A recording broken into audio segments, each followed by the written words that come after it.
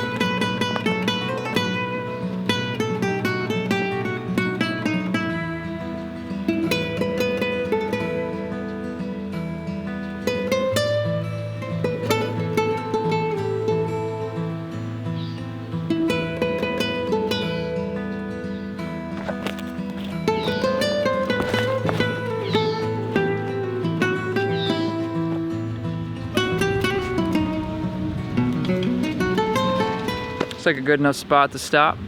Plop the old meat seat down. Little quote from Late Winter Scout.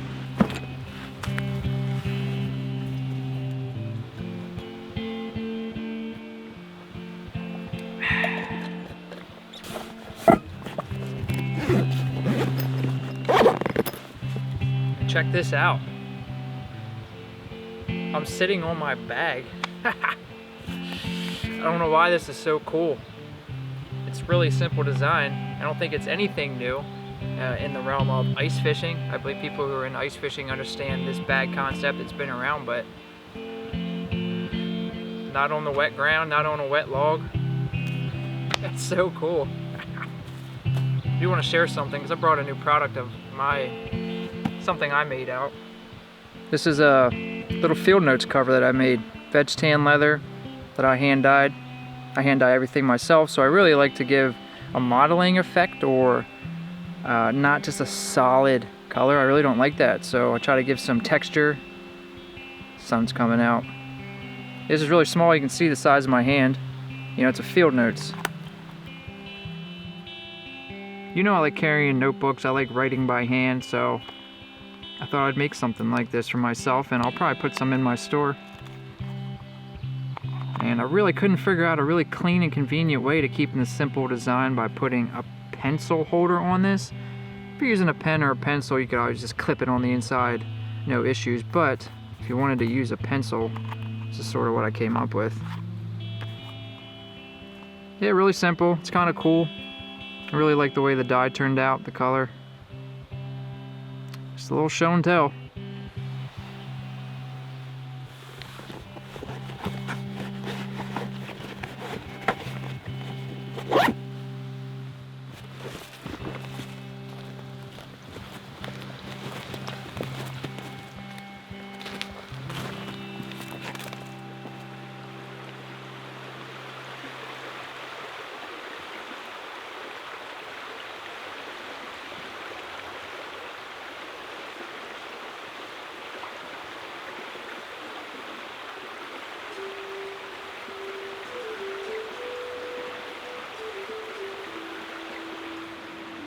Alright, so as you've seen, where we are right now, in this mountain valley, next to this cold trout stream, the ferns, the rocks, the downed trees.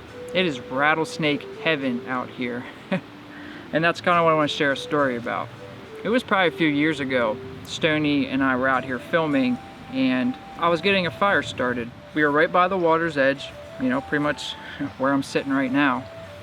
And I was stood up on a log, kind of surveyed for a second, and then jumped down, and there was a snake right under the log that I just stood up and jumped down. Pretty much like 10 feet from where we were hanging out, you know, setting up camp and stuff. So when I'm out here, there's always a level of uneasiness to a degree, because I know there's a lot of rattlesnakes out here. And that's not my only experience seeing snakes out here. Before, we used to ride our bikes out here a lot. We named a bridge that crossed the creek Viper Bridge because we've seen on multiple occasions timber rattlesnakes right around that bridge. So they're out here. It's worth it to keep that in the back of your mind, so that when you're crossing over logs or walking by vernal pools or water or the ferns where they could be hiding in there, is just to keep that in the back of your mind that there might be snakes around. And careful where you step. Sort of look ahead of you, 4 or 5 steps to see, because they're so well camouflaged, you just never know. That's pretty much, my little first go around at Tales from the Krik. I don't know what we're gonna do now. I think we might give each other a little tick check, go real primate on us, look around our backs and stuff, because Stony was just setting up this frame and a tick jumped on him and he pulled it off of him. So then we're gonna look at each other, the spots we can't see, and I don't know, probably just hang out for a little bit. The sun's going down and probably just leave. So that's pretty much it. All right, so back again. I know I said I was finished. As soon as I ended that frame of Krik from the Tales from the Krik, I went to look at Stony's back, like I said, look for some ticks, and yes, there was one crawling right on his shoulder, right under his shoulder strap. So just took it off and it clung to his shoulder pad, and then I was acting like a little squeamish and knocked it off. But I freaking hate ticks.